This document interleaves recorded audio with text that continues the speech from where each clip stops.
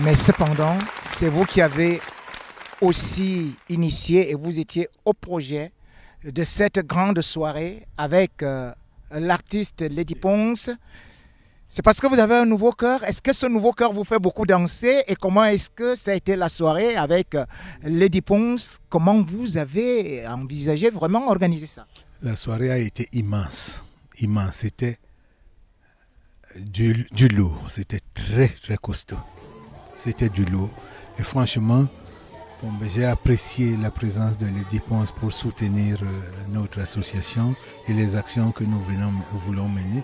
Vous avez dit tantôt ce que nous comptons faire au niveau de l'Afrique. Effectivement, on a commencé par ci.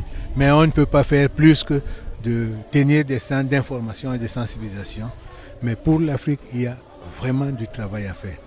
Et cela nécessite d'énormes moyens. Et quand je vois par exemple que l'artiste Lady Ponce a accepté de venir nous soutenir, c'était une soirée caritative pour qu'on essaie de lever des fonds parce que nous ne pouvons pas, là aujourd'hui, nous n'avons pas ces moyens, commencer le projet que nous avons parce que pour faire déjà de la sensibilisation, il y a de bons cardiologues au Cameroun. Il y en a, mais tout le monde n'a pas accès aux soins de ce genre-là. J'ai, avec un groupe de personnes ici, initié le projet de faire une clinique mobile qui va aller dans des zones reculées on voudrait voir avec une carte pour un plan de tournée pour aller de village en village faire du dépistage. Pour que si jamais on découvre qu'il y a un sujet à risque, on va négocier avec certains médecins sectorisés pour pouvoir les orienter quand on trouve que tu as un sujet à risque. Parce que, bon, là où vous êtes vous-même, Rémi, là où vous êtes, vous pouvez être cardiaque sans le savoir. Parce que les maladies cardiaques sont des maladies insidieuses.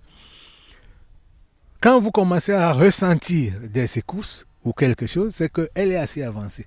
C'est pourquoi nous encourageons tout le monde, même avec la clinique mobile qu'on veut initier, d'aller, on fait du dépistage gratuit.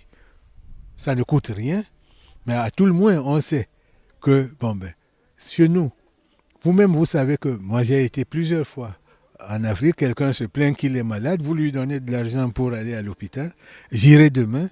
Quand il regarde ce qu'il va donner au médecin, il se dit non, les enfants ou moi-même, qu'est-ce qu'on va manger demain? Il reste là comme ça, il croit qu'il peut se passer de ce diagnostic.